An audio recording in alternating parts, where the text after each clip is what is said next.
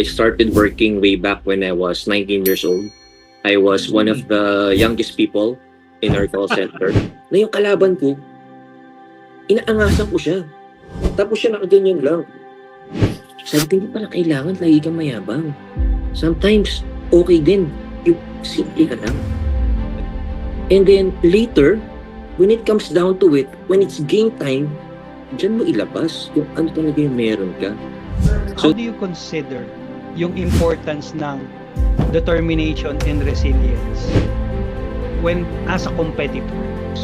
I will relate that with passion. Passion, you need to have that burning desire. Whatever it is that you're doing, whether it's in sports, whether it's in business, whether it's in your relationships, you need to be passionate about it. Yan, you need Ironman, sabi ng taxi driver, Ironman na yan. Grabe, swing bike ride. So sabi ko, parang gusto kong gawin yan pagka mga 40 years old na ako.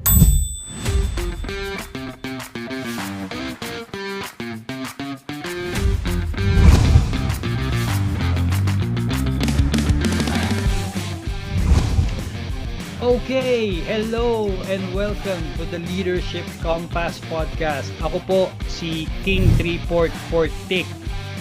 And joining me this evening is my partner in Compass Crown Consulting, Mr. Regal Garcia. Partner, magandang gabi sa'yo.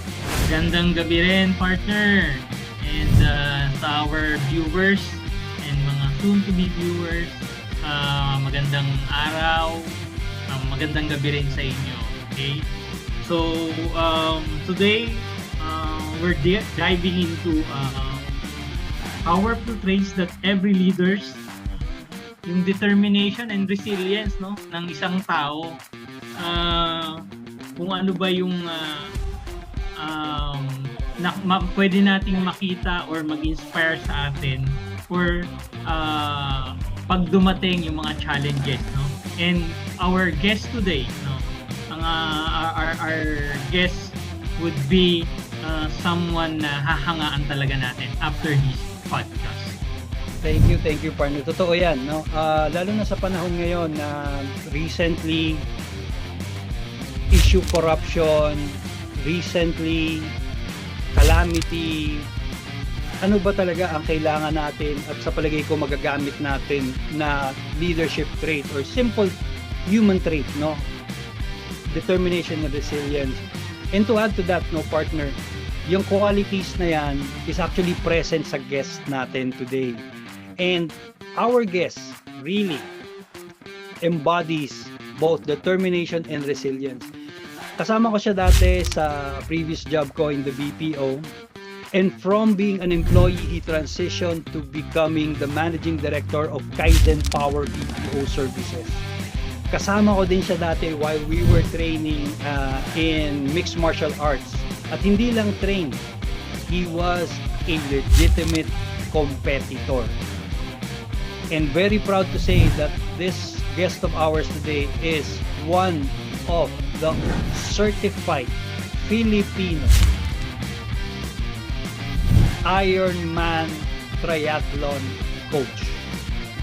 A former colleague, a good friend of mine. Please join me in welcoming online all the way from Davao, Mr. Jeff Ryan Lozano. Sir Jeff, thank you very much for being here. Magandang gabi. Kumusta ka dyan? Hello. Good morning. Good evening.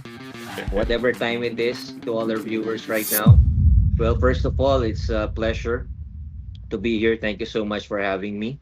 And I hope we're gonna have a good conversation this evening.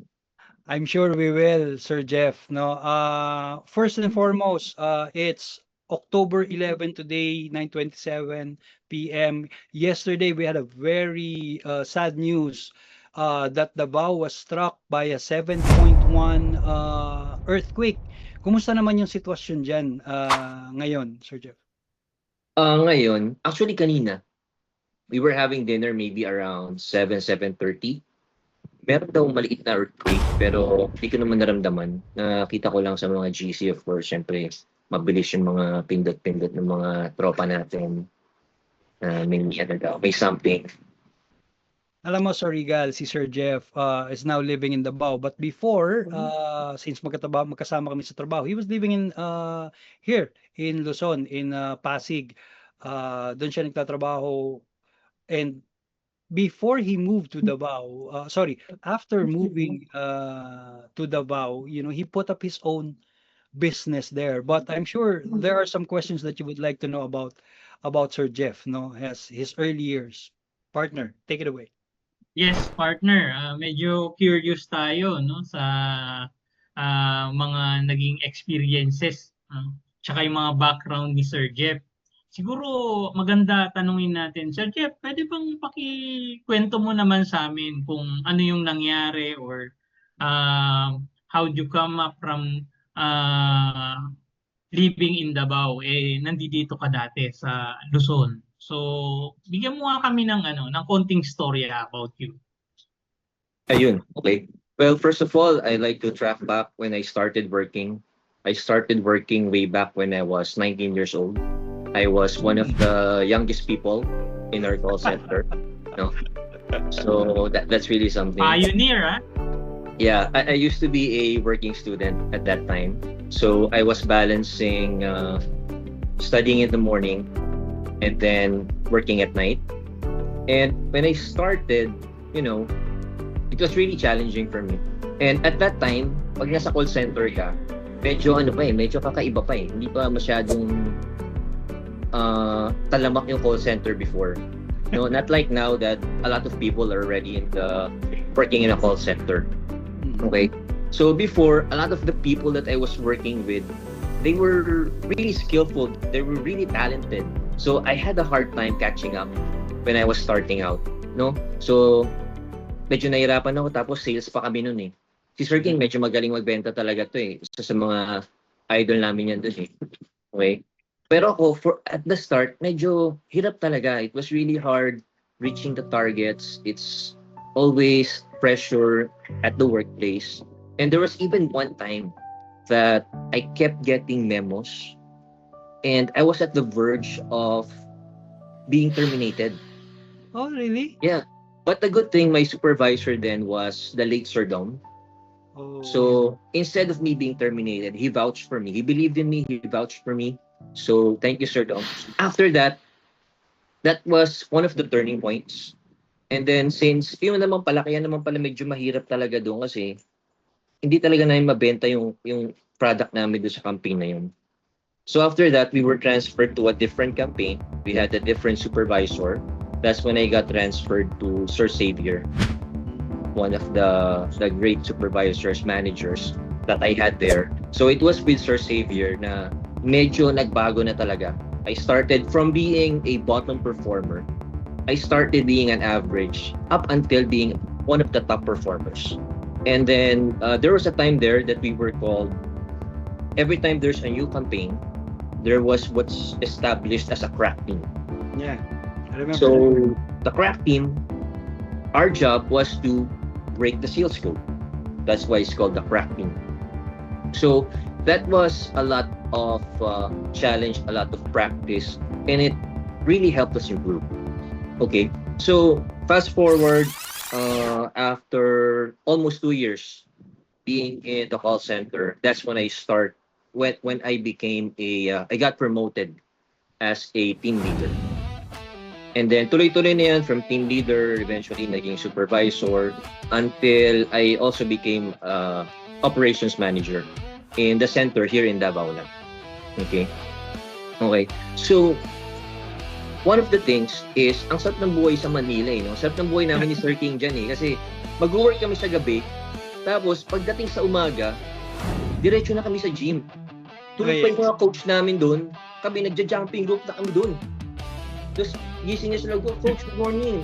Breakfast muna kayo. Kaya ganun, Coach, breakfast muna kayo. Tapos mag-stretching na kami, mamaya, turuan nyo na kami. Totoo yan, partner Regal. So, trabaho kami from 10 p.m. or 11 p.m. until 7 a.m. yun, di ba, Sir Jeff? And then, yeah, 7. Tatawid kami sa Cubao. EDSA. Correct. to reach that gym and probably promote na rin natin Sprawl Gym. Buhay pa yan. Yun. Nice one. Malaking naging tulong yan sa discipline sa amin, no. Pero doon ko nakita yung talagang determination ni Sir Jeff kasi he would never miss out a gym session. And ako, I would miss out pa. Pero siya, despite of working late night shift, diretso yan sa gym.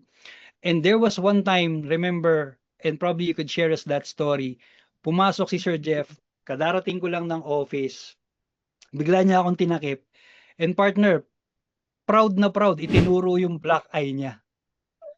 Just for, May black eye. yeah, alam mo yun, I don't know if you remember that, Sir Jeff, but during that time, I was like typing and then tinapik mo ko sa likod, tinuro mo yung black eye.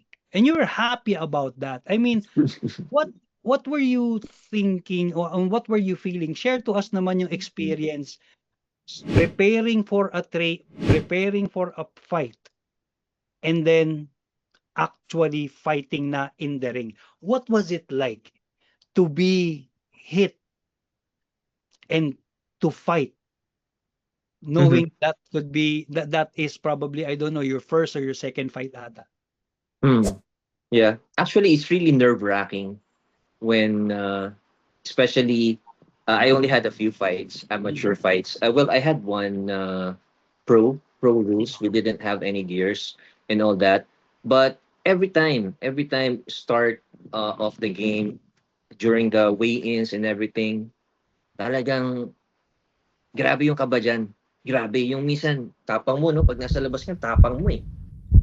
Angas yung ganyan. Tapos maya punta ka sa CR kasi nag-anxiety ka na kasi. So pag ganun. But you know, one thing I learned there is kasi ginagawa ko when I was fighting, yung medyo inaangasan ko. Then at first, parang okay. Kasi parang nagtakot yung mga kalaban ko. But then there was this one time, yung pro kickboxing fight, na yung kalaban ko, inaangasan ko siya. Tapos siya nakaganyan lang. And then, my other teammates sabi, Ray, parang takot na sa yung kalaban mo. Wala na yan, mami, baka gulatin mo lang yan, matumba na yan.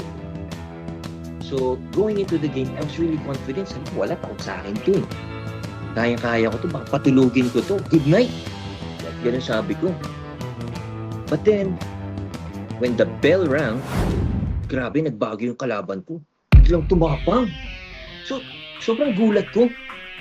Kasi sabi ko, kanina kala ko takot ka.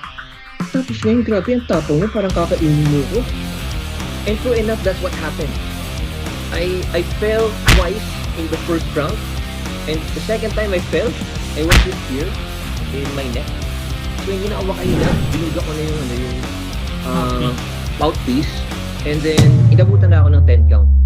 So that was really a lesson on humility. Sabi ko, hindi pala kailangan lagi kang mayabang. Sometimes, okay din. Yung simple ka lang. And then, later, when it comes down to it, when it's game time, dyan mo ilabas kung ano talaga yung meron ka. So that was really a humbling experience for me. And yeah, that was really nice. So, Mr. Lester Lamas, thank you so much for that lesson. That was the guy who almost knocked me out. And I remember there was one time during your fight when nanood kami, ako natandaan mo yun, sa Sprawl Gym mismo. Yeah. And it was an unfortunate event because it was not, the ending was not quite the fairy tale ending na gusto nating mangyari, while of course I was rooting for you. The result was quite different. How did you feel, you know, realizing that you worked hard, nakita kitang mag-train doon, and you were called for a last-minute replacement ata doon, di ba? Tinawag ka lang dahil hindi na umattend. What led you to say na, sige, laban ako dyan, kahit na hindi talaga ako nakalista? Okay, yeah. Well, the last minute thing, actually iba yun. Nanalo ako doon. Yung last minute. So, mamaya natin pagkwentuhan yun. Okay. Ito muna yung natalo ko. Okay. Yeah. So, yung natalo ko, that was actually an MMA match. Yes, yes, no? yes. Mixed martial Oy. arts. Amateur or professional na That Sir Jeff? was amateur. We had Amateur. ang tawag doon yung sa ulo. Correct, may Okay, headgear. okay. May headgear, tapos I think Shin guard. sa shin guard meron din. Okay, so that Okay. was MMA rules. Now, Sir King and I, we were training more on striking discipline in Muay Thai. So, yung ground game, medyo weak talaga ako doon. Si Sir King medyo mahusay doon. Inuubos niya yung hangin ko pagka kami. May mga video pa tayo, sir, sa ano. Yeah, I think nasa YouTube yan. yeah. Makikita mo, yung mga pawis na pawis tayo, nagyayakapan tayo doon. Oh, yes. Meron kaming ginagawa nun. Sorry to cut you, but I don't want to forget lang yung egg roll. Yeah, Yung egg roll na ginagawa natin. Yeah. right. So, ayun. So, that was MMA, and true enough, I lost because of my weakness in the ground game. So again, it was a lesson on humility. So yun yung dalawang talo ko sa sa career ko na medyo paglaban-laban. Okay. So natapos yun ng rear naked choke eh. But it was I lost, but it was also happy because it was in our gym, and the person I lost to was also our friend. He was also one of our training partners, and that was one of his first wins. So Talaga? it got him a lucky break as well. Mm. After that, medyo naging mas maganda na yung record niya kasi prior to that, medyo nagtatalo-talo siya nun. But it's also, it's also isang karangalan din na yun yung nakalaban ko. Because before, when I started to train in martial arts, I only wanted to do it because of self-defense. Mhm.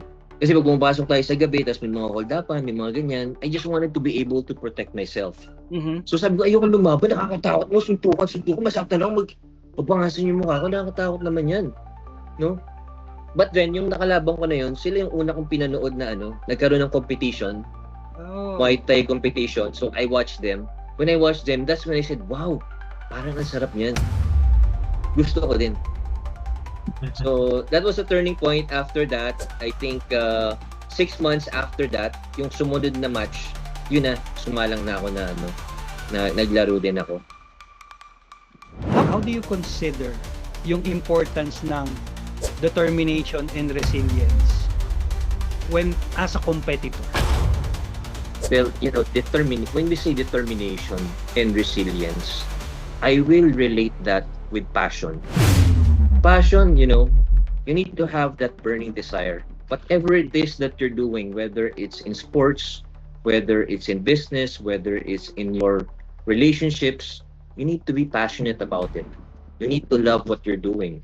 Because if you're passionate about it, if you love what you're doing, you will do whatever it takes for you to succeed in whatever that is. So, I think that's that. That's why before I started fighting, I was only training every Saturday. Yeah. Once a week lang. But then when I decided gusto kong lumaban, that's when I did at least 2 to 3 times a week. Yeah. And then kapag malapit na yung laban, yung conditioning phase talaga, abot na yan ng mga 4 days or 5 days a week.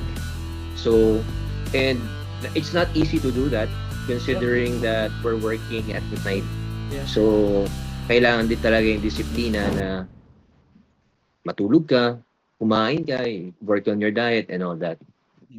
I saw that before sa kanya, partner, no? Kasi totoo yun. There was a time also that I was preparing for a fight. Unfortunately, didn't work out for me. Had some medical issues. Pero talagang more than almost 8 hours ka rin magte-train talaga. And it shows a lot in terms of determination kay Sir Jeff to excel in that, area of his life as a Muay Thai, MMA, Jiu-Jitsu practitioner and competitor. Now, you mentioned about passion na importante sa determination and resilience to help you out in whatever that you're trying to accomplish in life. And hindi ka lang accomplished MMA practitioner, Soon you're going to be a very accomplished Ironman triathlete pro. You're also an accomplished businessman. Partner, he Yes. has his business in Davao that you might want to probably find out about. Oo. Sir Jeff, yun nga, no? Pagdating naman sa handling or sa management mo ng sarili mong BPO business, so ano ba yung mga typical qualities, mga critical leadership na ine-employ ng isang Jeff? Okay, yeah. Well, first and foremost, you really have to be good at what you're doing. You really need to know what you're doing for you to be an effective leader, right? Hindi pwede na gusto mo lang mag-business, but you don't know anything about that. So, I think one of the advantages of that is because of my background that I've been an employee for, I think, about 15 years before I started my own business. And that was a really big leap. There was an opportunity that came around, and we just, my business partner from before, we basically got on the trail and started our own business. So you So- mentioned it was a business partner. So now you're doing it solo. Yeah. How yung difficult? Yan, sige. Ano yung toughest challenge mo dyan, Sir Jeff? Lalo na kung nag-iisa ka lang. Ayun, so before I had a business partner, medyo mas madali. Kasi like, I could focus, especially now, our client is a transportation business in California. So our operations is 24/7. Okay? So before, I can focus just working at night, while my business partner, siya naman yung nagmamanage sa morning. So ngayon, what I do a lot of monitoring. Up until now, the business has been operational for 7 years. 7 years now. We survived during the pandemic. Thank God we survived during the pandemic. So I still spend at least 4 to 8 hours of actual work. I still do the reports so that I know what's happening. I know how to Yes. coach the people, and whatever loopholes there are that we need to work on. And I also I'm the one who communicates with our client. So that's the reason why I really can't let go of the task that I'm doing. Although I know that is something that eventually you have to let go of. Perhaps right now I'm not yet at that point, but soon perhaps. And I think sometime soon I'll be needing your guys' help with regard to that. Sir, Eh, having a call center, obviously performance-based to. There are days that you perform, there are days that you don't perform. There are people who don't perform, syempre, at the end of the day. How do you encourage them to be resilient, to be determined, to reach their goal? How do you apply and manage the pressure of working in a performance-based organization? Yeah. Well, one of the good things with the people that I have on staff, at least 80% of them that are working right now, they've been with us right from the start. Wow. Yeah. So Nice. we were really able to hone them on the kind of mindset, the kind of training. And even before we started the company, they were my agents before in the previous company that I was Oh. managing. Okay. Yeah, because what happened was that other company I was managing here, they shut down. They shut down, but then we continued just partially. Yung mga ano yan mga partnership eh, yung mga may-ari. So we still continued, but then later on, when we started our own company, yung mga ibang agents namin dun sa call center na yun, syempre nung nag-post kami sa Facebook or hiring, sila din naman yung nag-apply. So I think we did something right with how we trained them, with how we mentored them, when we were working there, that's why sumama pa din naman sila sa atin. That's nice. Partner, gusto ko lang tanongin kay Sir Jeff, no? Because you mentioned about mentor.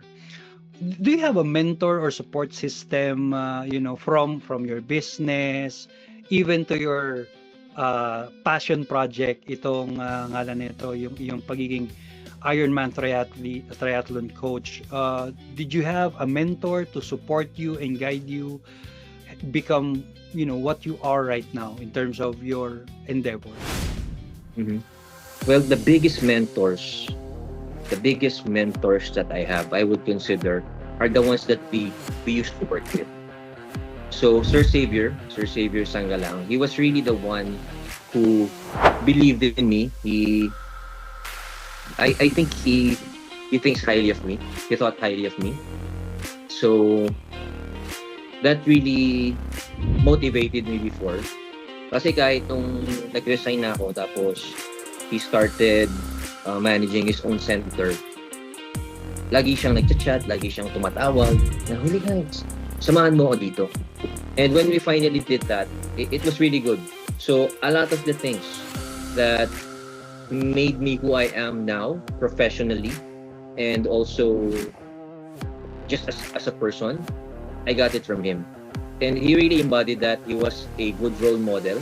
Kasi pag sinabi niya, Jeff, kailangan 1 hour before the shift, nandito na tayo. So that we can review the reports from yesterday. Pagdating ng mga tao, nandito na tayo, naka-set up na tayo, and all that. And he's always there. Pag sinabi niya, Jeff, dapat iwasan natin umabsent. Hindi rin siya umabsent.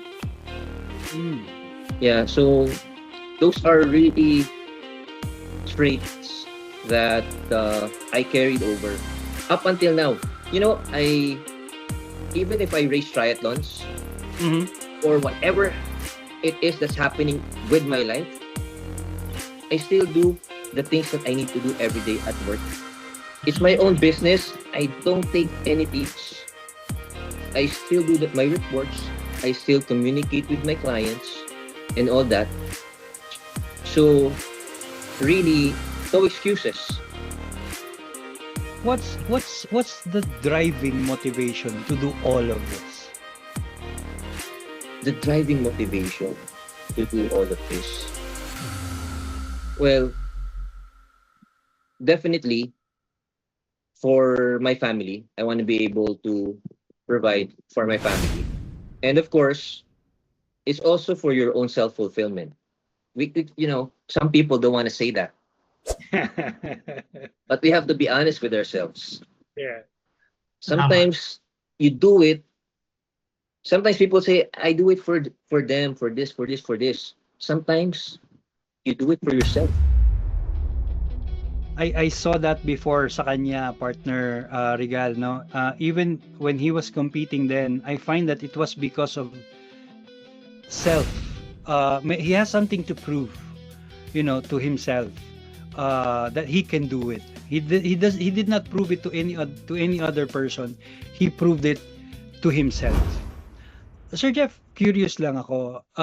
Obviously, handling a business, being a leader, you have to make decisions every time. We were taught as leaders. And one of the toughest thing to do is to make a decision that would affect other people. I did that in the past. Ikaw, what was the toughest decision, if you could share to us, the toughest decision that you made as a business person, as a leader, as the one handling people's lives? What was the toughest decision that you made, and how did you get through it? I think the toughest decision that I made is not really related to the business that I'm doing right now, but it is one of the big leaps that I had to take in my life. So like I mentioned earlier, ang sarap ng buhay natin before in Manila. I was there, we work, and then we train, then we fight. That's what we do. And all your friends are there, all your family are there, right? But then, nung nag-open yung call center dito, what happened was, kasi yan nangyari kami nila Sir King, yung mga tao dito, they had agents. They hired agents, call center agents, here, locally from Davao. And then, management team, galing yan sa Manila. So, nagro-rotation kami. So, at first, yung rotation namin, punta ka doon, Jeff. Ano ka lang doon? 2 weeks ka lang. No? 2 weeks, tapos may extend yan maging 3 weeks. So, okay na, uwi ka na. Tapos sabihin, okay, rotation na, balikan na naman after mga 3 months. Ganon. But then, hihiya na yung benta. Sabihin ng ni Sir Xavier, Jeff, nire-request ka ni boss, mahina yung benta. Balik ka daw doon. So, mga 1 month pa lang, tapos balik ka na naman. No? And then first, ganun lang, weeks or 1 month, ganyan lang yung stay namin. But then eventually, sabi nila, medyo hindi feasible yung pabalik-balik kayo eh. No? So dapat mag-stay kayo rito at least mga 3 months or 6 months, ganun daw. Correct. Yun yung sinabi, if I remember correctly, or I think that's the story I want to believe in. Tama ba, sir? It is 3 months talaga hanggang sa I have to leave the company. I took a different path. Sir Jeff stayed there, and I'm happy to hear na you've settled down there, and it has been a big change para sa iyo at para sa iyong pamilya, and you made that big leap, sabi mo nga. Yeah. Speaking of big leaps, I would like to consider being a triathlete is such a big leap to take. What was running in your mind, Sir Jeff, to get yourself into triathlon? To become a triathlete. Okay. So, una ko nakita yan, nasa taxi kami, nila Minel. So, Minel was one of the supervisors as well, who was working with us. Kami nila, I think, Minel and then Sir Ed and Miss Jovi. Tapos, medyo traffic. Sabi na, bakit traffic? Tapos, may mga tumatakbo, ano yan? Tapos sabi, ano yan? Ironman, sabi ng taxi driver, Ironman. Sabi, Ironman na yan. So, when I searched it, sabi ko, ano ito? Grabe, swing bike run? So, sabi ko, parang gusto kong gawin yan kapag mga 40 years old na ako. Kasi parang mahirap yan eh. No? And then, during the pandemic, that's when I started to have this biking hobby. So, nag-bike ako nung pandemic. And then, napasok din ako sa freediving. I'm a certified advanced freediver. Wow. No? Actually, instead of being a triathlon coach, ang nasa isip ko before was to be a instructor, freediving instructor. Kaso medyo na sidetrack ako sa triathlon. So that's why I ended up as a triathlon coach, swimming coach, and everything coach. Marami pang susunod na coach eh. Continuous learning pa rin kasi tayo up until now. Okay? So as a certified freediver, noong 2023, there was an Ironman that was held here in Davao. Okay. Tapos, kinuha kami na safety diver dun sa swim leg. So, na-witness namin, nasa swim, sabi mo, grabe, bis ng mga athlete, no? Then, after the swim leg, labas na kami, tapos pinanood naman namin sila mag-bike. Actually, gusto na namin umuwi kaso sarado yung mga daanan sarado yung mga daanan. So, napersa kami na manood na lang. So, panoorin namin sila, nag-bike. Tapos, after a few hours, makita mo na naman sila, tumatakbo na naman. Because the Ironman 70.3, I think on average, natatapos siya mga 4 to 6 hours. Yung 4 hours, medyo mga elite na yan. Yung mga 6 hours, mga medyo okay. When I did that the first time, I finished it in 7 hours and 15 minutes. Wow. If I remember correctly. That's what you consider as half Ironman. Yung Ironman 70.3. So, ganun siya.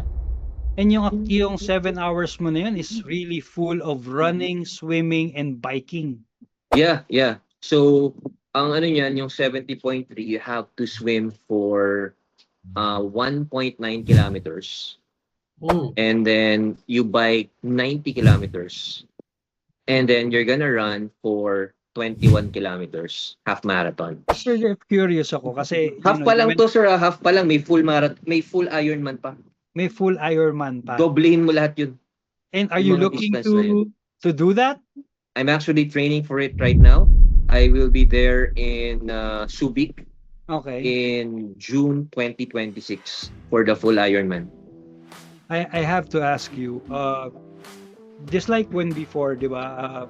Before we fight, you train for it, you prepare your body, but you can never really prepare for what's gonna happen inside the ring.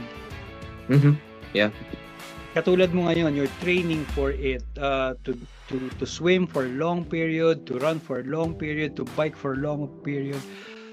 What keeps you going at your age? Hindi ko na natanongin yung age mo, pero unang-una, hindi ba concern yun? Hindi ka ba Oh, yes. worry, or your family, si misis mo, or even the kids, hey dad, or it might not be a good thing to do anymore considering na yung edad natin.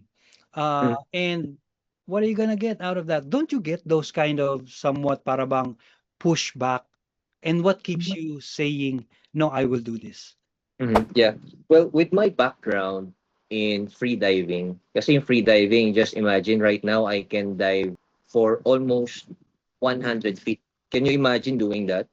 No, I can't. And I can hold my breath statically for 3 minutes. I That's can't. my personal best right now. So, given that kind of background, we have this idea that if we train for it and we know our limits, we know our boundaries, we know how things work, you can do something safely even if you're pushing the limits. So that's also why I don't have that much concern on doing the triathlon. Although, alam mo yung swim leg, yung swimming, maraming namamatay dyan, mga triathlete. Usually, cardiac arrest Yes. sa swimming pa lang. Because of the pressure at saka yung you have to battle the waves then, no, around you. I mean, doesn't that cause you para bang to say, no, I'll just sit down, I think I'm happy, I'll do my business? Well, that is actually one of the reasons why I became a coach. So sabi ko, medyo mahirap to eh. So kailangan pag-aralan din natin. So I got my coaching certifications not just because I want to be a coach, I want to make it as a business. Although that will come. I'm an entrepreneur, so I'm always open for that. But first and foremost, I did it to train myself. So yun, I finished the Ironman U certification. And then I'm also a certified swimming coach. Right now, I'm taking coaching certification in cycling. And then in December, running naman.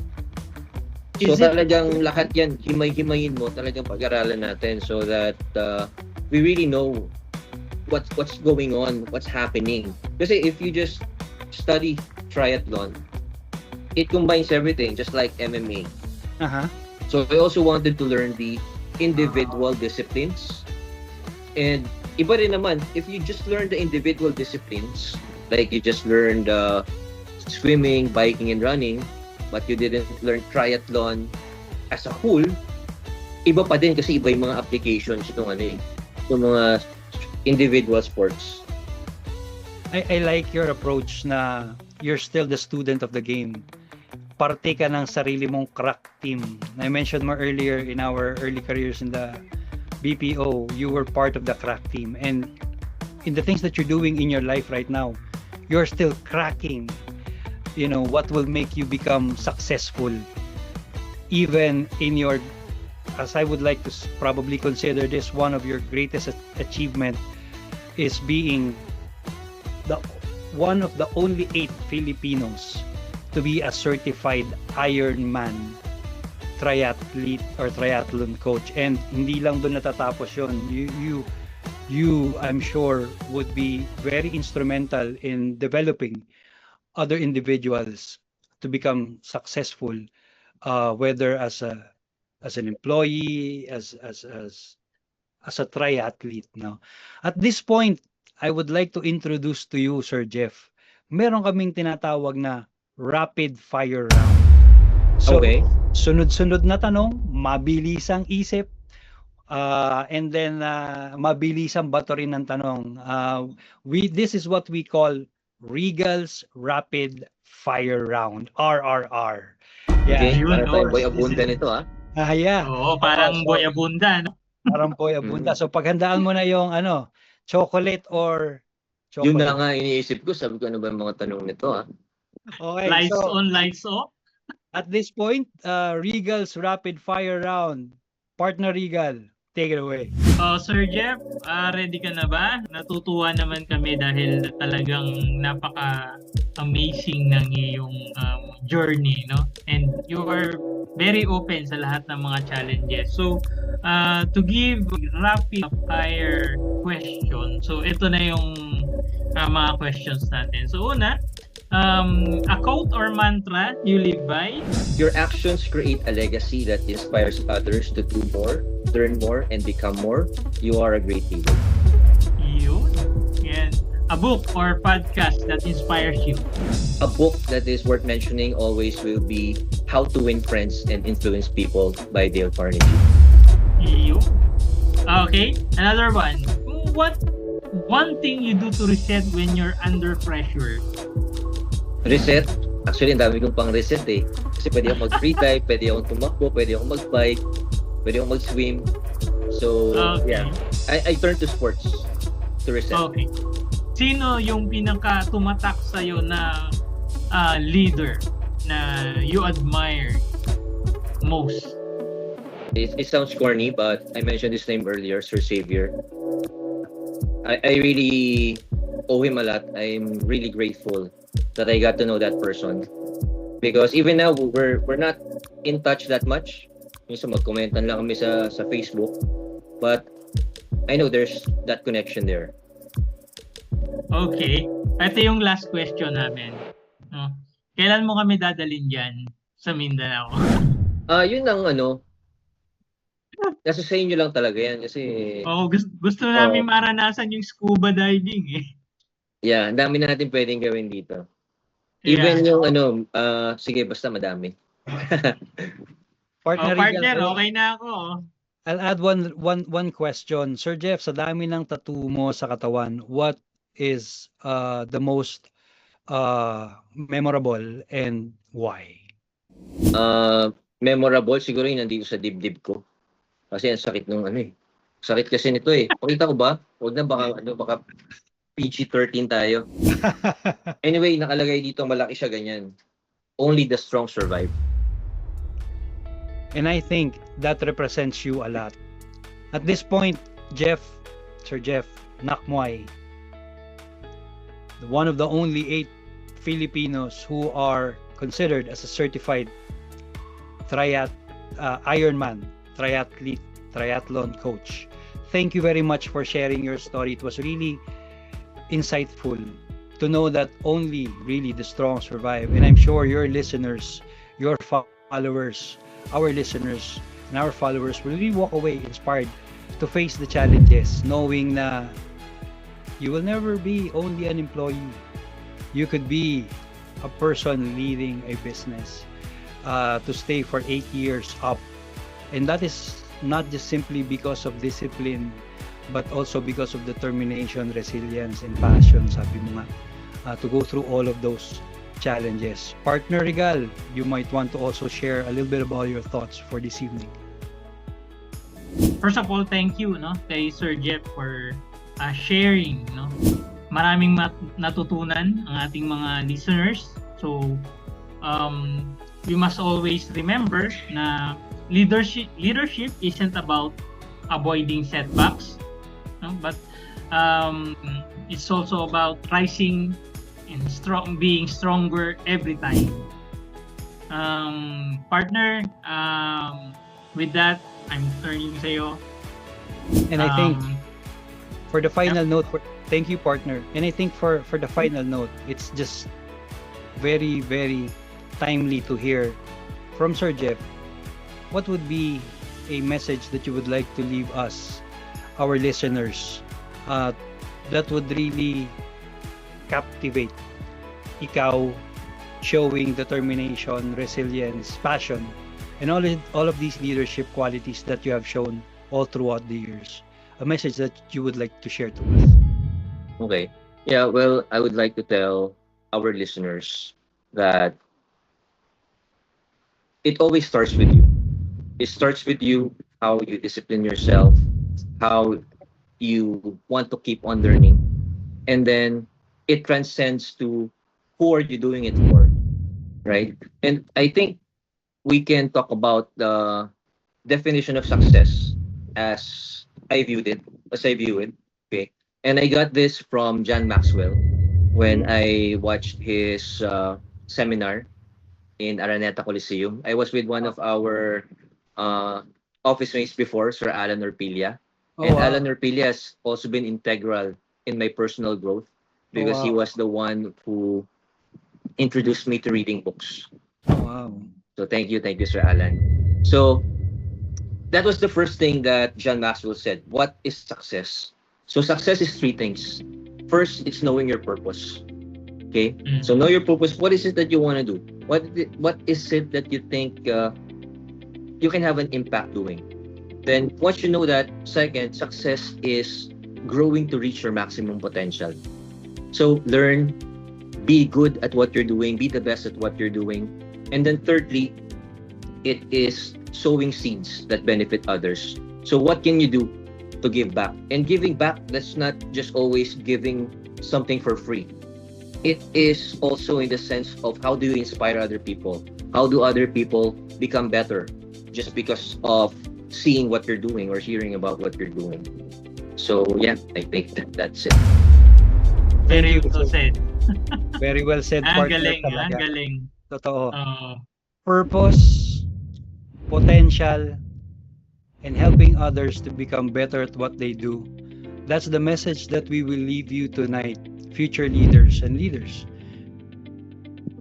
Today is the beginning of Leadership Compass Podcast 1, but definitely this is not the end. Thank you again, Sir Jeff. Thank you, Sir Regal. Thank you, Thank you, partner. followers and leaders. See you on our next journey, guided by the Leadership Compass.